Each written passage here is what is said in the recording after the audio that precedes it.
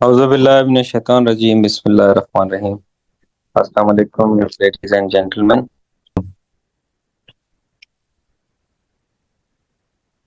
अब आगे चलते हैं आर्गुमेंटेटिव एसेस की तरफ।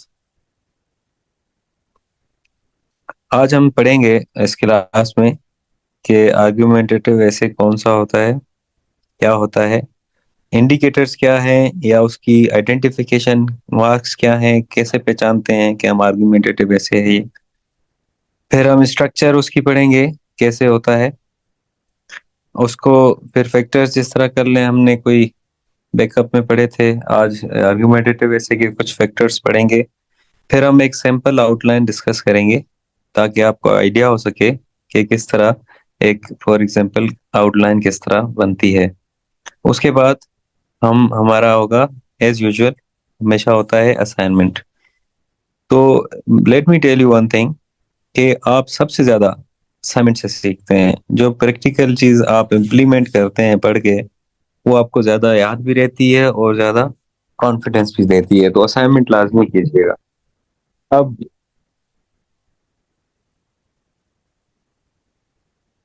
आर्ग्यूमेंटेटिव ऐसे है क्या basically?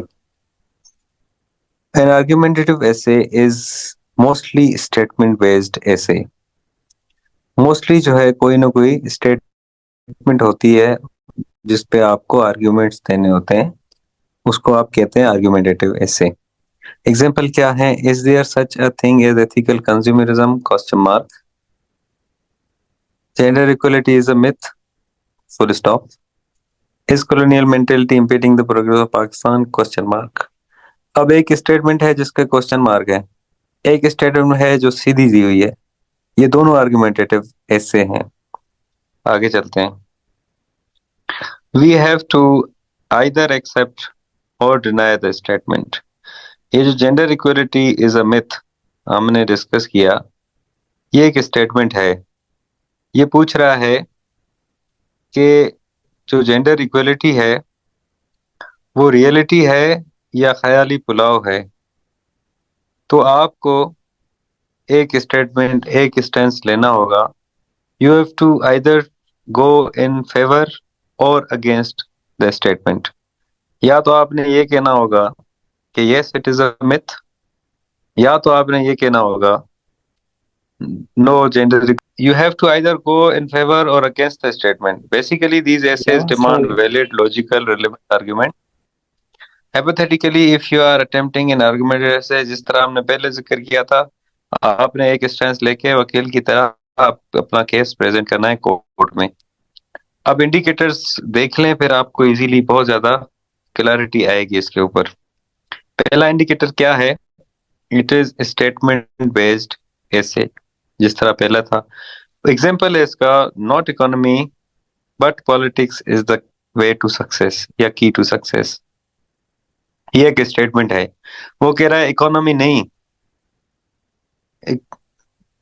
Not economy but politics is the key to success. Economy नहीं लेकिन सियासत ही है जो कामयाबी की तरफ लेके जा सकती है। सियासत ही कामयाबी का रास्ता है, इकोनॉमी नहीं है। अब इस स्टेटमेंट को आपने एनालाइज करना है कि इकोनॉमी से, इकोनॉमी सक्सेस की कुंजी है या पॉलिटिक्स है। दो चीजें दे रहा है। अब इसमें से आपने कोई भी अपना स्टेंस निकालना है और उसको प्रूव करना है। दूसरा इंडिकेशन है, it involve sayings and quotations. इसमें कोटेशंस होते हैं या सेइंग्स होते हैं, या वो जंजीरों में बंधा हुआ है। इसका क्या मतलब है कि आप होते तो आजाद हैं, लेकिन मुआशरे की आपके ऊपर काफी पाबंदियां होती हैं या रिस्पॉन्सिबिलिटीज होती हैं। अब इसको आप किस तरह लेके जाएंगे?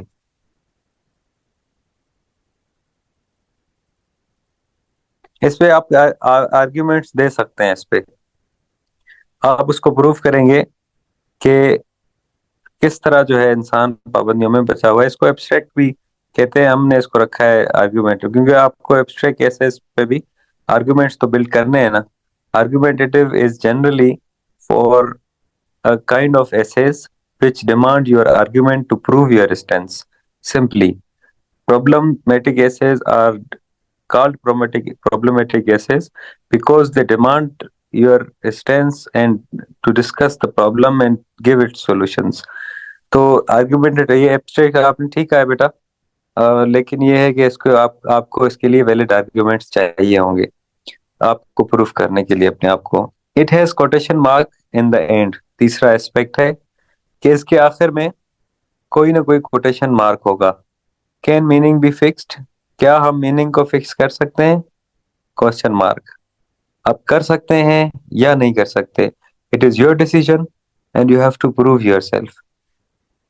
चौथा इसका इंडिकेटर है it has or in the statement and asks for a choice to support. For example, globalization, a boom or a bane, a boon or a bane.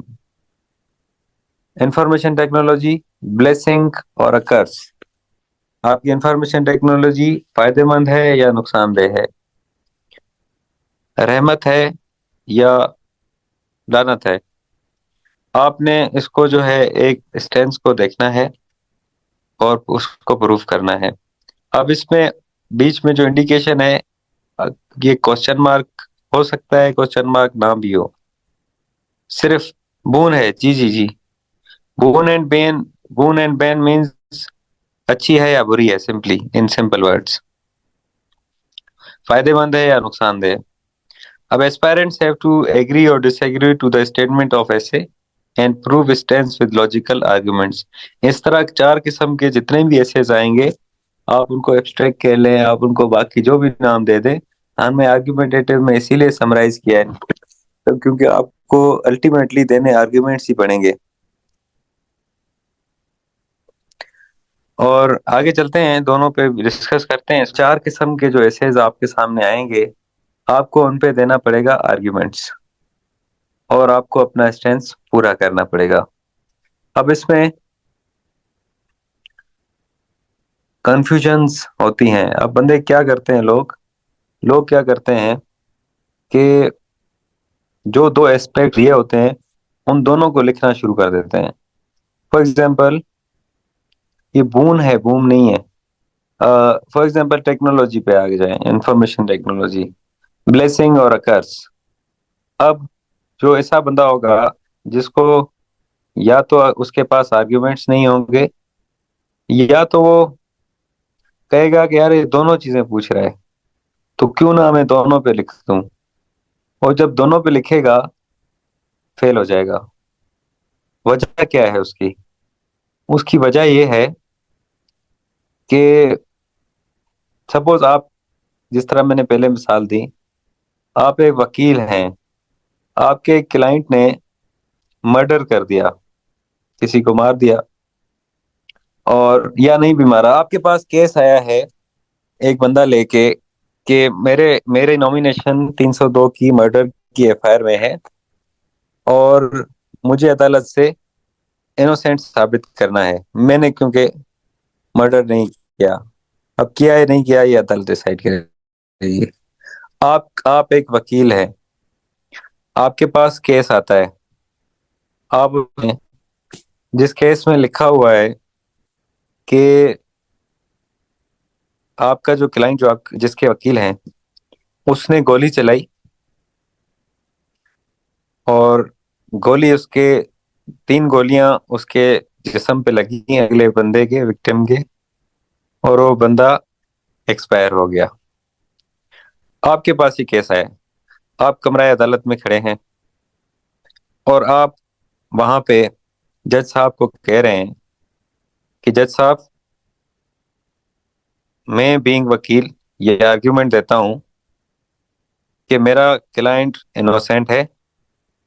हाँ, ये अलग बात है कि मेरे क्लाइंट ने गोली चलाई है, वो गोलियां तीनों इसके पिस्टल से निकली हैं, इसके पास इस पिस्टल का लाइसेंस भी है, इस पिस्टल से निकलकर वो तीनों गोलियां इसके इसके जिस्म पे लगी हैं। लेकिन माय लॉर्ड, वो बंदा गोलियों से नहीं मरा, वो बंदा मरा है गर्मी से। तो आप बताएं, आपका केस जीतेंगे या हारेंगे? अगर आप ठीक है। इसमें लिखें कि इंफॉर्मेशन टेक्नोलॉजी जो है वो ब्लेसिंग है, उसके ये फायदे हैं, फिर उसकी बुराई करना शुरू हो जाएं, ये लॉजिकल है या इलॉजिकल है? कि ठीक है। आपको सिर्फ जो दूसरा एस्पेक्ट है उसको सिर्फ आपने एक्सप्लेन करना होता है उसको रिफ्यूज करने के लिए। सिर्फ आप दूसरे के थोड़े से आर्गुमेंट देके उसको पूरा ऐसे में आप उसको रिफ्यूज करते हैं, आप अपने पूरा स्टेंस को प्रूफ करने के लिए। ये ठीक है, और ये अप्रोच भी ठीक है। अगर आपके पास आर्ग्यूमेंट्स बहुत ज्यादा हैं अपने आप प्रूफ सपोर्ट करने के लिए, तो वो उसको सिर्फ इंट्रोडक्शन में ही आप सिर्फ डिस्कस कर लें तो उस रेस्पेक्ट तो फिर भी काफी होता है। खैर, उसको हम इंट्रोडक्शन में आपको सिखाऊंगा। जब आर्ग्यूमेंटेटिव एसेस के दो तीन किस्म के इंट्रोडक्शन हैं, आपको क्लैरिटी आ जाएगी कि किस तरह उसको प्रेजेंट कर सकते हैं। अब अ, आगे चलते हैं। यहाँ तक आपको समझ आ गई होगी कि आपने जो है कोई भी एक स्टेंस लेना है जो आपकी फेवर में हो। आपने कोशिश ये करनी है कि उसको प्रूफ करें।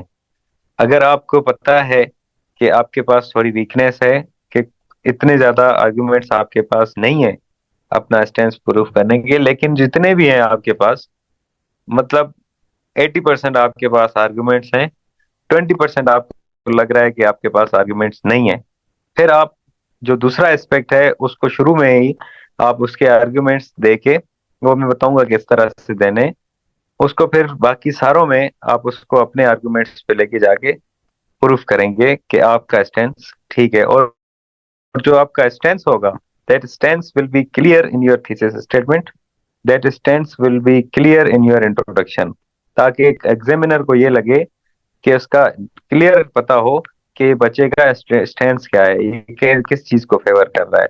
कंफ्यूजन नहीं होनी चाहिए किसी भी।